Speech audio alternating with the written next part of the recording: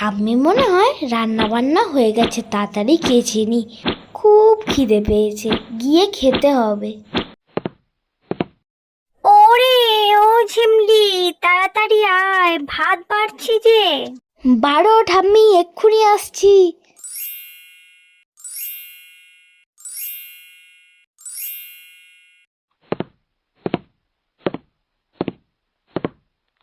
এই নে, খাবারটা তাড়াতাড়ি খেয়ে নে। উফ ঠাম্মি, কি সুন্দর গন্ধ বেরোচ্ছে গো, নিশ্চয় রান্নাটা অনেক সুন্দর হয়েছে। আর প্রশংসা করতে হবে না, আগে তো খা, তারপরেই বল।